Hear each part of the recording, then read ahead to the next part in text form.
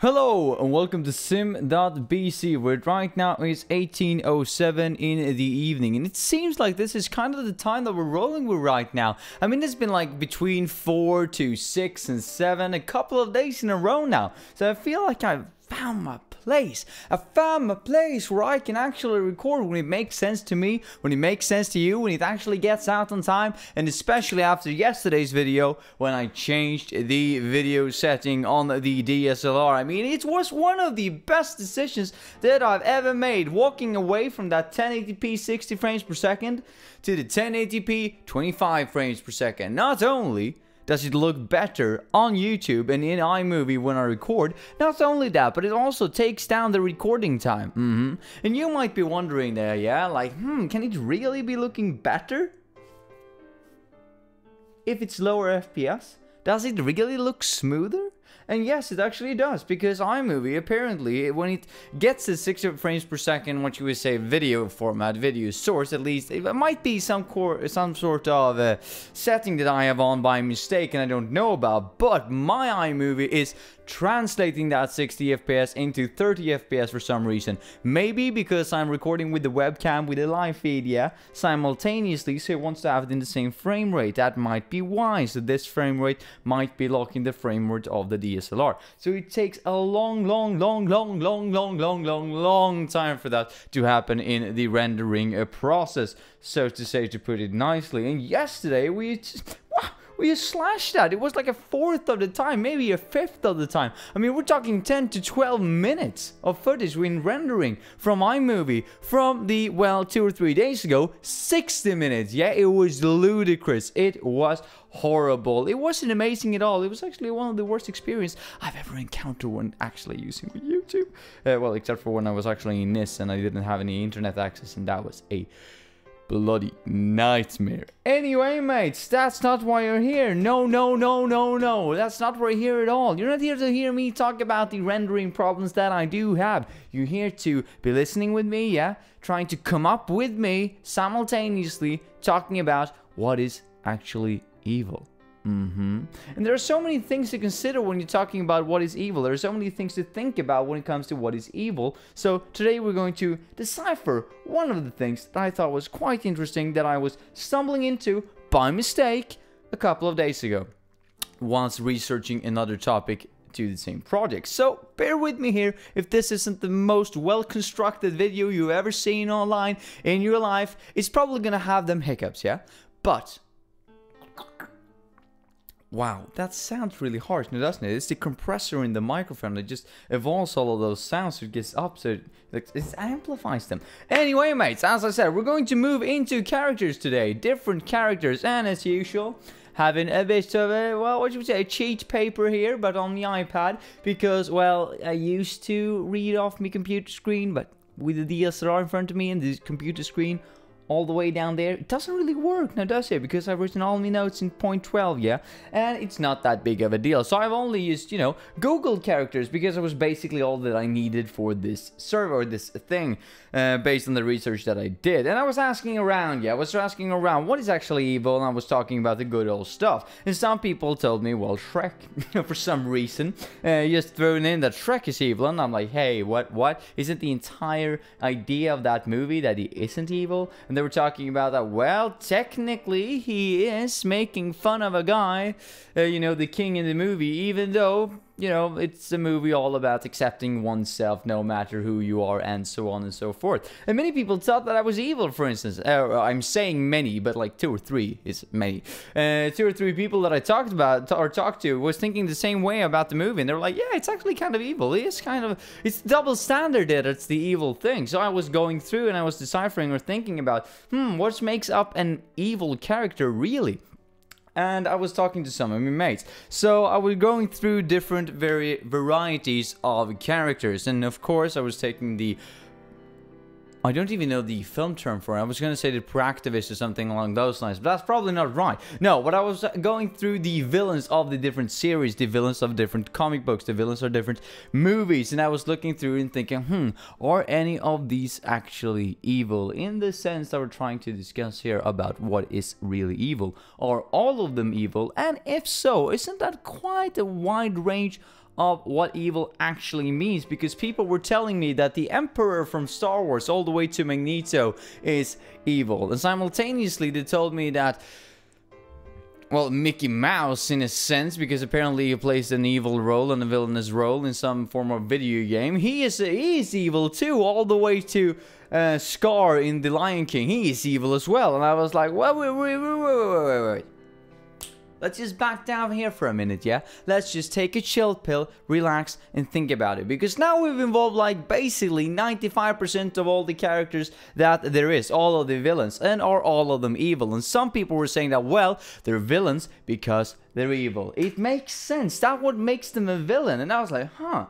That's an interesting point of view. I don't tend to agree. Because isn't there a difference between being bad, so to say, yet again, in relation to society and in movies for that sense, then where the character is placed, it's in relation to what all of the other characters are doing. For instance, in The Lion King, everybody seems to love Mufasa, and Scar doesn't like him for some reason, and he, you know, let go of him, so that he falls to his inevitable, well, death. Anyway. So he unalives them, as we usually say here on the channel.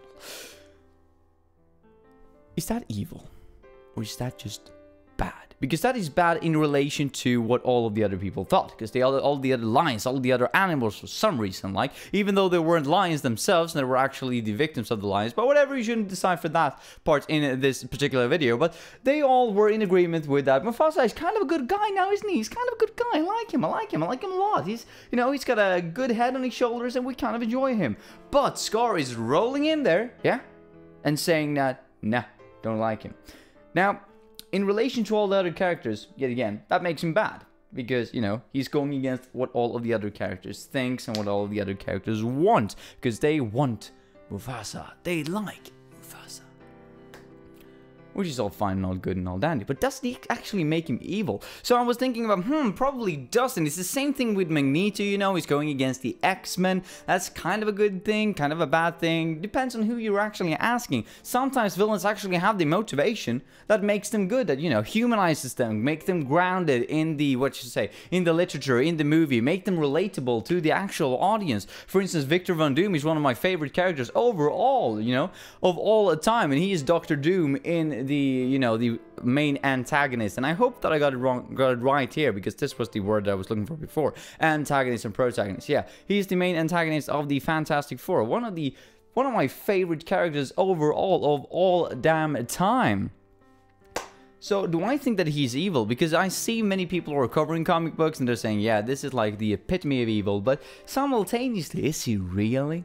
And yet again, I'm not coming with a definitive answer here. I can just throw that at you as of now. I haven't really come to a conclusion about different characters, but I just thought that it was interesting that there are so many vastly different characters in the world, yeah? In the world of the movies, in the world of comic books, in the world of literature, in the world of books, in the world of video games for that matter, as well. There are so many characters, and depending on who you ask, you're getting different answers to if they're bad or if they're evil.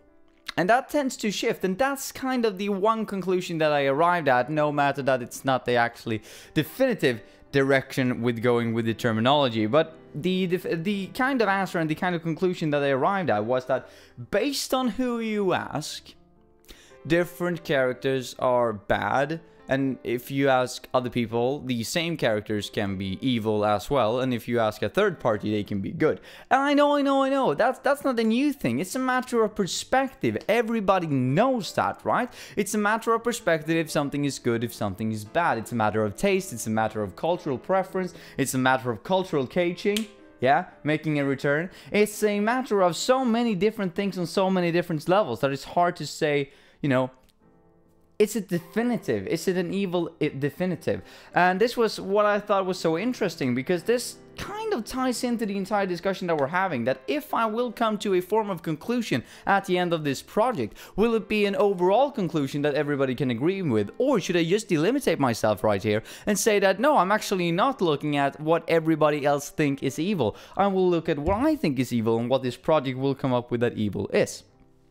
So then people say, well, what if you look at the specific characteristics of the characters and kind of try to decipher to see if there is some form of well, character traits that different characters have that many people, you know, the general public, that is generalized or generally seen as evil traits. And these were just, you know, your usual ones, the several deadly sins, all of that, even though gluttony wasn't actually included. But, you know, all of these, you know, lying and actually, you know, seeking revenge and being too rich for some reason was considered evil. And people were also saying that if you betray someone, and that was one of the key things that all of the characters had overall. And especially when I looked up different news pieces giving critique, and when I looked at critique on different movies online, and when I was looking at what makes a good villain, what makes a good character, all of these things just came down to the same common denominator that, well, if a character, an evil, or rather if the villain starts out as a friend and betrays the, well, main protagonist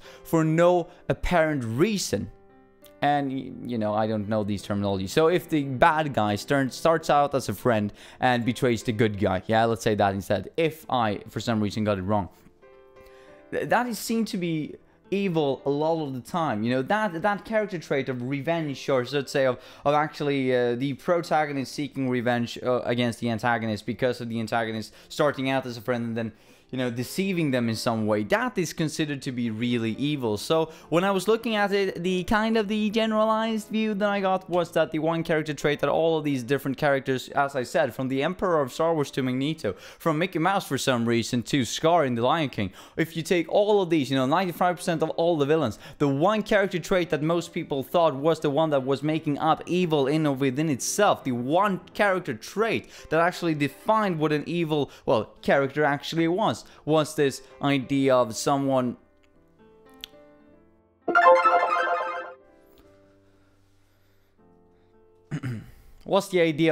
actually betraying them, which I thought was quite interesting, because I wouldn't have picked that at all as the main, what you say, the main aspect of what evil was. I would probably have picked something along the lines of someone being really cruel. But no, people tend to say that, well, they can justify that. But yet again, if they have no justification and just, you know, betray them because betraying them, or some, you know, for some reason they betrayed them, that is considered to be more evil than just being outright cruel. Apparently, according to, you know, the research that I've done and the articles that I've come into contact with and the people that I've discussed with. So keep this in mind, yeah, put a bit of context to it. Context do matter. So that was everything for me today, mates, about the characters and the one character trait that we came to, the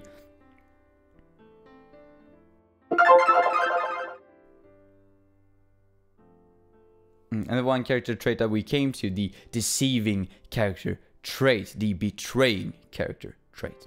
So, have a nice one, mates, and I'll see you tomorrow with a new kind of sub-project that we're going to have in the overhaul project. Have a nice one, mates. See ya.